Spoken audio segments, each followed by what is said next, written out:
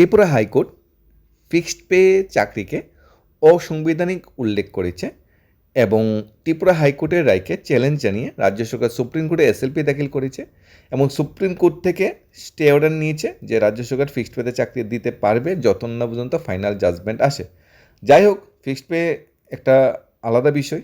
আজকে আমরা যে পদ্ধতি নিয়ে এসেছি বা যে চাকরির ইনফরমেশানটা নিয়ে এসেছি, আরেকটি চাকরির মেরিট লিস্ট প্রকাশিত হয়েছে।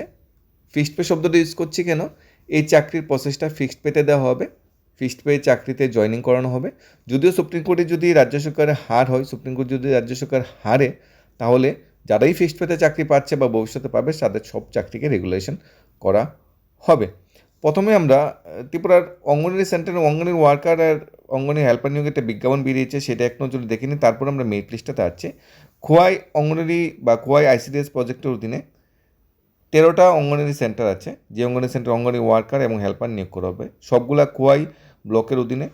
15/6 থেকে 30/6 মধ্যে অ্যাপ্লিকেশন করা যাবে, সকাল 11টা থেকে বিকাল 4টা। লাস্ট ডেট 30/6 বিকাল 4টা।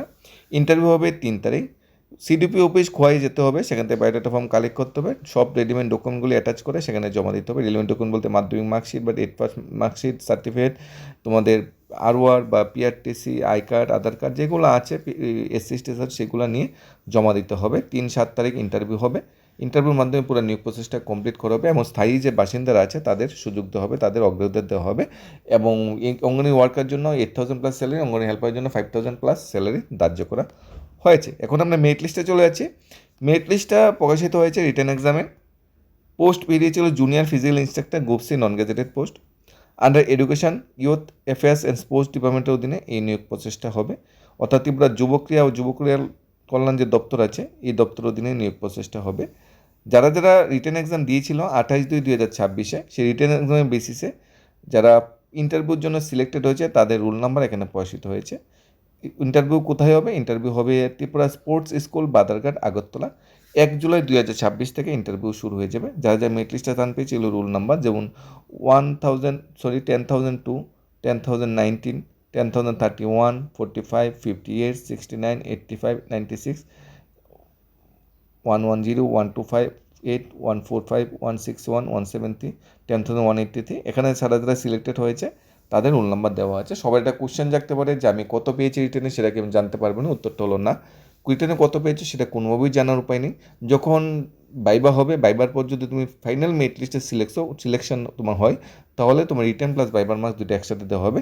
এরপর যদি তুমি ফেল বা উত্তীর্ণ হতে না পারো ইন্টারভিউর পর, ফাইনাল মেরিট লিস্টে স্থান না পাও, তাহলে তুমি আরটিআইয়ের মাধ্যমে এই তোমাদের রিটেন অ্যান্ড ভাইবার মার্কসটা তোমরা জানতে পারবে। এবং আরটিআই করে যারা ফেল বা যারা ফাইনাল মেরিটে সিলেক্টেড হবে না, তাদের কিন্তু রিটেন এক্সাম মার্কস এখানে দেওয়া হবে না।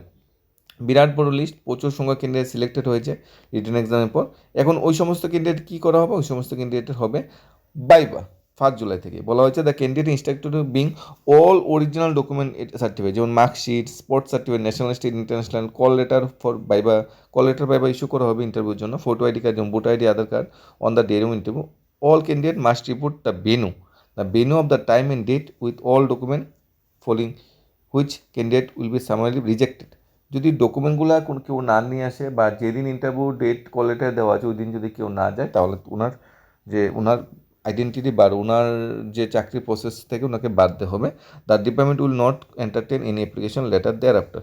Detail programme vice versa interview will upload of the department website. ডিপার্টমেন্টের ওয়েবসাইট যেটা বলা হয়েছে ইউথ অ্যাফেয়ার্স ডিপার্টমেন্ট wyas.tripura.gov.in। এখানে ইন্টারভিউ যে হবে তার বিশদ দিয়ে দেওয়া হবে। এখানে অনেকেই রিটেনে কত পেয়েছে জানতে পারছে না, বা অনেকেই এখানে রিটেনে কোয়ালিফাই করেনি, কিন্তু বুঝতে পারছে না যে এত ভালো পরীক্ষা হয়েছে কোয়ালিফাই করতে পারেনি কেন। তারা ইচ্ছে করলে আরটিআই করে জানতে পারবে। আরটিআই অনলাইনে করা যায়, ত্রিপুরা আরটিআই অনলাইনে 10 রুপিসের মতো লাগে আরটিআই করতে। উইদিন 1 মান্থ যে রিক্রুটমেন্ট বডি আছে ইউথ অ্যাফেয়ার্স অ্যান্ড স্পোর্টস, সেখান থেকে তুমি রিটার্ন মার্কস দিয়ে দেওয়া হবে। আরটিআইয়ের মাধ্যমে জানা যায়, জেআইবিটির মাধ্যমে অনেকেই আরটিআইয়ের মাধ্যমে নিজের মার্কসটা জানতে পেরেছে। তোমরা যদি মনে হয় যে আমি সিলেক্টেড হয়েছি না, কিন্তু আমার সিলেক্টেড হওয়ার প্রবাবিলিটি ছিল, তোমরা আরটিআইয়ের মাধ্যমে জানতে পারো। কিংবা যারা সিলেক্টেড হয়েছো তোমরা যদি জানতে চাও, সেটাও আরটিআইয়ের মাধ্যমে জানতে পারো। মানে আরটিআইয়ের মাধ্যমে জানাটা বৈধ এবং ডিপার্টমেন্ট জানাতে বাধ্য। যদি ফাইনাল মেরিট লিস্ট প্রকাশ হয়ে যায়, এরপর যদি নাম না থাকে, এরপর তোমরা আরটিআইয়ের মাধ্যমে জানতে পারো। অনেকেই জেনেছে জেআইবিটিটা, অনেকেই জেনেছে। অ্যাকচুয়ালি টিপিএসসির ক্ষেত্রে সেরকম হয়, অ্যাকচুয়ালি সব কে কত পেয়েছে, কে কত সিলেক্টেড হয়েছে, সেটা যদি টোটাল মার্কসটা যদি দেওয়া থাকে অনেকটা হেল্পফুল হয়।